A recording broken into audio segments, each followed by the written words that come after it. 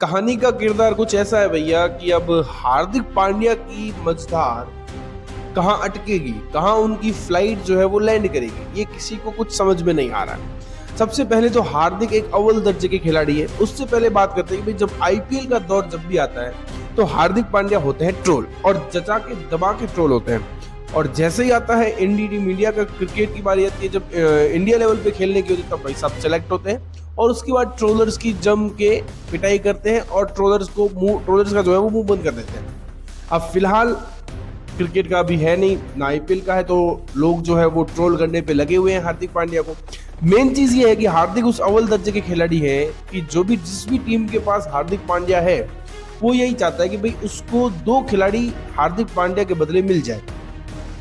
तो वो सबके पास गोते खा रहे हैं, अब सबने इंटरेस्ट दिखाया है। सबसे पहले बात करते हैं गुजरात टाइटंस की।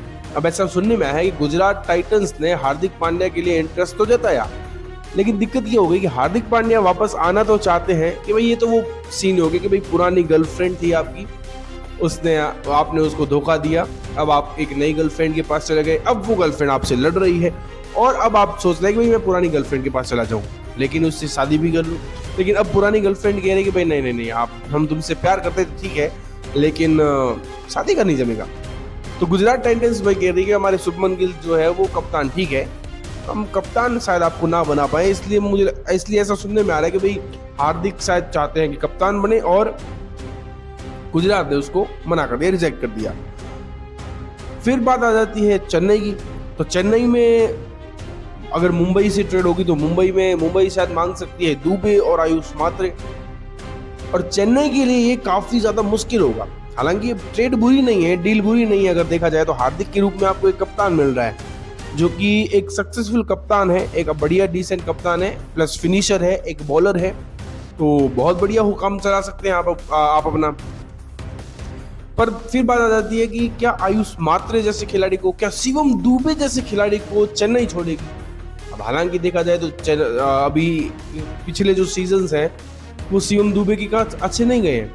शिवम दुबे आते हैं, उनकी बॉडी लैंग्वेज फील्डिंग में देख लो आप, चाहे आप बैटिंग में करते हुए देख लो, बॉलिंग तो खराब है ही उनकी, तो वो उतना ज़्यादा इंप्रेस नहीं कर पाए। पिछले कुछ लास्ट जो मैच हुआ था किसके खिलाफ, शायद पंजाब के खिलाफ हुआ था, क्या जबरदस्त पारी खेली थी उन्होंने, नहीं गुजरात के खिलाफ हुआ था आई थिंक ना, तो जबरदस्त पारी खेली थी। लेकिन उससे जो पहले के मैच थे, शिवम दुबे जो अंडर एमएस धोनी खेलते थे वो एक अलग ही शिवम दुबे निकल के आते थे। खैर हम हार्दिक पांड्या से भटक चुके हैं, शिवम दुबे पर आ चुके हैं क्योंकि परफॉर्मेंस ही कुछ ऐसी थी। लेकिन उसके बाद ऋतुराज की कप्तानी में शिवम दुबे अलग दिखते हैं। हालांकि उनका पोटेंशियल, वो अपनी ताकत दिखाते हैं, वो हर इंपॉर्टेंट जगह पे शिवम दुबे अपनी काबिलियत प्रदर्शित करते हैं। लेकिन बात हार्दिक पांड्या की है कि क्या शिवम दुबे और आयुष मात्रे जैसे खिलाड़ी मुंबई को दे पाएगी चेन्नई। और मेरे हिसाब से देखा जाए तो डील बड़ी क्लोज है, बहुत ही ज्यादा क्लोज है। क्यों? क्योंकि आप आयुष मात्रे जैसे खिलाड़ी को जाने दे रहे हैं जो कि आपको पावर प्ले में स्टार्ट दे रहे हैं, आप शिवम दुबे को जाने दे रहे हैं जो कि आपको फिनिशर के रूप में दे रहे हैं। उसके बदले में आप हार्दिक पांड्या को एज ए कप्तान ले सकते हैं, बॉलर और बैटर ले सकते हैं।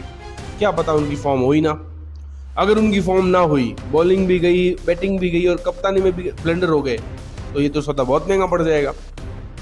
तो यहाँ पे मुझे नहीं लगता, हाँ कुछ बॉलर्स खलील अहमद वगैरह कुछ ऐसे खिलाड़ी को अगर दे दें जिससे काम बन जाए, तो हार्दिक पांड्या चेन्नई के लिए मुझे लगता है बेहतर है, क्योंकि धोनी के साथ वो काम करेंगे तो और निखार आएगा, और हार्दिक पांड्या के पर्सनल फ्यूचर के लिए भी काफ़ी अच्छा है। अब बात करते हैं केकेआर की। तो केकेआर से भी मुंबई दो प्लेयर मांगी थी, एक तो हर्षित राणा मांग सकती है, शिवम मावी मांग सकते हैं, या कोई ऐसे प्लेयर्स मांग सकती है, शायद रिंकू सिंह मांग ले। तो भाई फिनिशर भी चाहिए हमको, बॉलर भी चाहिए, एक फिनिशर एक बॉलर तो मांगेगी मुंबई, ऐसा मुझे लगता है, पेसर के रूप में मांगेगी। तो कोलकाता का भी बैठ सकता है, कोलकाता ने इंटरेस्ट दिखाया, राजस्थान ने इंटरेस्ट दिखाया। राजस्थान से मुंबई क्या रहेगी, राजस्थान ने तो पूरी नई टीम पड़ी है, थोड़े बहुत पुराने प्लेयर हैं, तो शायद राजस्थान ने भी इंटरेस्ट दिखाया, हैदराबाद ने भी इंटरेस्ट दिखाया, जीटी ने इंटरेस्ट दिखा दिया, वापस ले लिया। पंजाब शायद इंटरेस्ट दिखा सकती है, लखनऊ इंटरेस्ट दिखा सकती है क्योंकि ऋषभ पंत नहीं है, और शायद से वो आई थिंक दिल्ली से वापस ट्रेड हो गए हैं, तो शायद लखनऊ जो है वो इंटरेस्ट दिखा सकती है हार्दिक पांड्या के अंदर। लेकिन हार्दिक पांड्या जहां भी जाएंगे मुझे लगता है कि उनकी पहली शर्त ये होगी कि वो कप्तान के रूप में जाए, क्योंकि वो ऐसा हो गया ना कि भाई अब मैं बड़ी पोस्ट से छोटी पे नहीं जा सकता, तो ये एक चीज़ हो सकती है। तो हार्दिक पांड्या की मजेदार जो आपने इस कहानी पे देखा कि भाई काफी हद तक लटकी हुई भी, हालांकि वो इतने बढ़िया प्लेयर हैं कि मजेदार उनकी लटकेगी नहीं, आखिर में तो कोई ना कोई तो उनको ले ही लेगा, नहीं तो मुंबई खुद उनको रख लेगी, क्योंकि मुंबई ऐसी फ्रेंचाइज नहीं है जो चेंज ज्यादा करती हो। हाँ, हालांकि करेगी तो कर भी सकती है, लेकिन फिर मुंबई के पास तो ऑप्शन ही ऑप्शन है। अगर हार्दिक पांड्या निकल जाते हैं तो ऑप्शन ही ऑप्शन है, वापस रोहित शर्मा को खड़ा कर देंगे, उनको वापस बुला देंगे, नहीं तो फिर भी उनके पास बुमराह वगैरह बहुत सारे ऑप्शन हैं। हार्दिक पांड्या के लिए अब वो कहाँ जाते हैं, किस टीम में जाते हैं, ये बड़ी दुविधा और वो वाली बात हो चुकी है। अब देखते हैं, वक्त ही बताएगा कहाँ जाते हैं।